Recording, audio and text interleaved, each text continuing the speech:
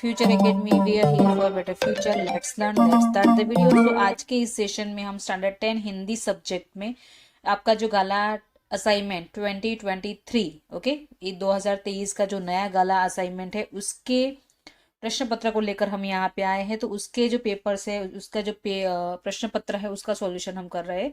तो section A already हमने कर दिया है, उसका वीडियो ऑलरेडी यूट्यूब चैनल पर अवेलेबल है। ऊपर जो आई बटन दिखाई दे रहा है वहां पे क्लिक करोगे तो सेक्शन ए का वीडियो मिल जाएगा। एंड देन इस वीडियो के अंदर हम बात करने वाले सेक्शन बी पद्य विभाग के बारे में बात करने वाले हैं। ओके, अगर टाइम कम शॉर्ट में अगर ये खत्म हो जाता है तो मैं सी सेक्शन भी इसी वीडियो में कर लूंगी, अदरवाइज नेक्स्ट वीडियो बना दूंगी।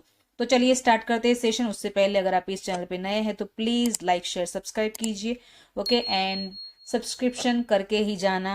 आपको यहाँ पे डेली आपको ये पेपर्स के वीडियोस मिलते रहेंगे। चलिए अभी स्टार्ट करते हैं। विभाग बी जो है आपका वो है पद्य विभाग। यहाँ पे सूचना आपको स्क्रीन पर दिखाई दे रही है। निम्नलिखित प्रश्नों के नीचे दिए गए विकल्पों में से सही विकल्प चुनकर उत्तर लिखिए। यहाँ पे 2 मार्क्स के 2 विकल्प यहाँ पे आपके पास है। तो चलिए स्क्रीन थोड़ी सी आगे ले जाती हूँ और ये रहे आपके 2 विकल्प। पहला है, यमुना किनारे कदम की डाल पर रसखान किस रूप में बसना चाहते हैं? पशु, भगवान, पक्षी या मनुष्य? तो किस रूप में रसखान बसना चाहते हैं? तो यहाँ पे आंसर आएगा पक्षी।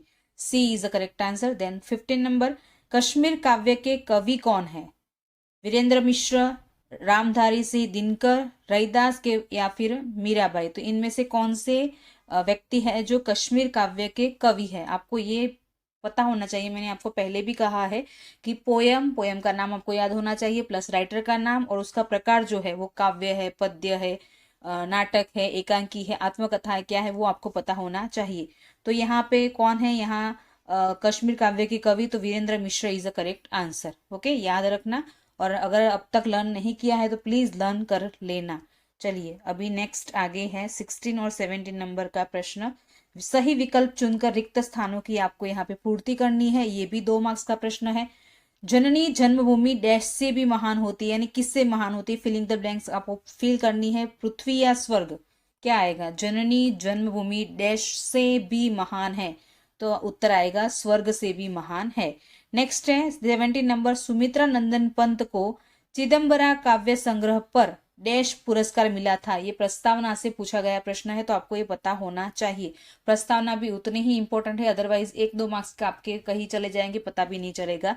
सुमित्रा नंदन पंत को चिदम्बरा काव्य संग्रह पर कौन सा पुरस्कार मिला था? तो यहाँ पे उनको ज्ञानपीठ पुरस्कार मिला था, ये याद रखना है। ओके, सो चलिए आगे बढ़ते हैं और नंबर 18 तरफ जाते हैं। निम्नलिखित वाक्यों में से सही वाक्यांश चुनकर पूरा वाक्य फिर से लिखिए।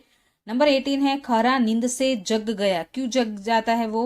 क्योंकि ऑप्शन ए है आपके पास कुत्ते की सांस की आवाज सुनकर, उसकी जो ब्रीथिंग थी उसकी आवाज सुनकर, बी कुत्ते का भौंकना सुनकर, या सी है आपके पास कुत्ते के जगड़ने से या फिर उसका जो आवाज था वो सुनकर, जगड़ने का जो आवाज होता है वो सुनकर। तो यहाँ पे खरा नींद से क्यों जग गया? क्योंकि कुत्ते की सांस की जो आवाज होती है वो उसको सुनाई देती है और उससे वो जग जाता है। ओके, चलिए नेक्स्ट आगे बढ़ते हैं। अभी नंबर 19 है, इंद्र दंग रह गया। क्यों दंग रह जाता है? क्योंकि सूखे पेड़ को देखकर वो दंग हो जाते हैं, पेड़ के प्रति तोते की गहरी आत्मीयता देखकर, या फिर तोते और जंगल को देखकर। तो इसमें से कौन सी चीज देखकर इंद्र देवता जो है वो दंग रह जाते हैं? तो option B is the correct answer. पेड़ के प्रति तोते की गहरी आत्मीयता देखकर वो दंग रह जाते हैं। ठीक है, देन नेक्स्ट आगे है नंबर 20।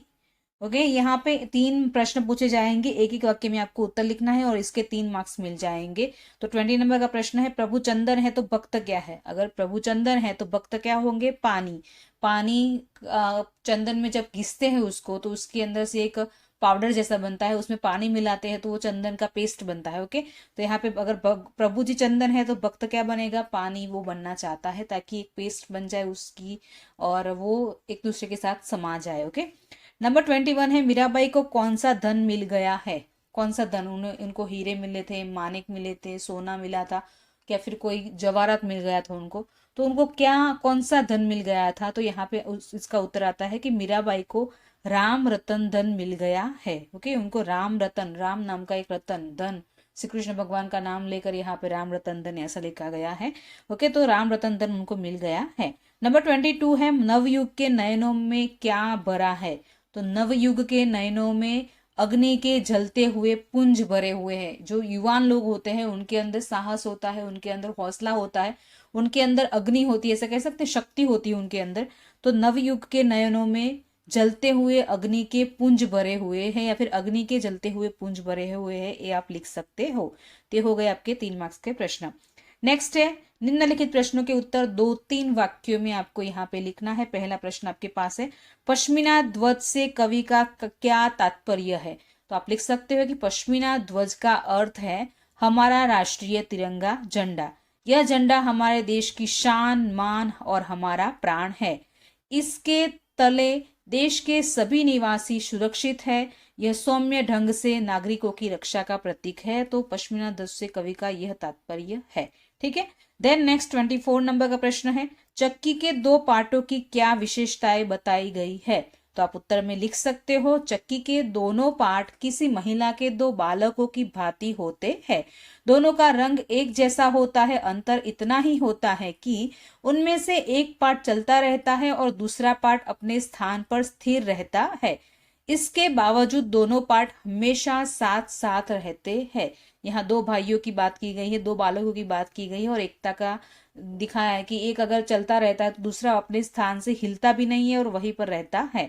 और इसके ऑप्शन में आपके पास प्रश्न है कि कवि ने धरती के गुणगान कैसे गाए हैं। तो ये ऑप्शन में है। अगर आप ये वाला प्रश्न लिखते हैं तो आपको ये लिखने की जरूरत नहीं है, कोई भी एक ही लिखना है आपको। तो हम इसका भी उत्तर देख लेते हैं। कवि ने भारत की धरती को सुनहरी कहा है। कवि ने कहा है कि हमारी धरती सदा प्रफुल्लित और पुलकित रहती है। इस धरती को राम, लक्ष्मण और सीता अपने पैरों की धूल से पवित्र बना गए हैं। तो यहाँ पे हमारी धरती के ऐसे गुणगान कवि ने गाए हैं। देन नेक्स्ट है, यहाँ पे 4-5 वाक्य में लॉन्ग में आपको इसके उत्तर लिखने हैं। तो यहाँ पे 25 नंबर का प्रश्न है, तोते के उत्तर का इंद्रदेव पर क्या प्रभाव पड़ा और उसका फल क्या हुआ। तो यहाँ पे तोते का जो उत्तर होता है उससे इंद्र देवता पर क्या उसका असर होता है और उसका उनको तोते को क्या फल मिलता है। छोटा सा ये आंसर है, लेकिन ये वाला जो प्रश्न है वो ऑलरेडी हमने सॉल्व कर दिया है, यानी कि इसका उत्तर मैंने ऑलरेडी आपको दे दिया है। ऊपर जो आई बटन दिखाई दे रहा है वहां पे प्ले लिस्ट है, उसी प्ले लिस्ट में आप जाइए चैप्टर नंबर 19 पे। चैप्टर नंबर 19 में आपको इसका उत्तर मिल जाएगा। देन नेक्स्ट उसके ऑप्शन में जो प्रश्न है, हे जनशक्ति महान गीत के माध्यम से कवि जनमानस को क्या संदेश उन्होंने क्या संदेश दिया है। तो ये वाला जो प्रश्न है वो चैप्टर नंबर जो 15 नंबर की आपकी पोयम है हे जनशक्ति महान, उसी में से लिया गया है ये प्रश्न। तो इसका उत्तर भी ऑलरेडी मैंने आपको लिख के दे दिया है। तो आप वहां जाके वीडियो में जाके चैप्टर नंबर 15 का प्ले लिस्ट में ओपन करेंगे वीडियो तो आपको मिल जाएगा।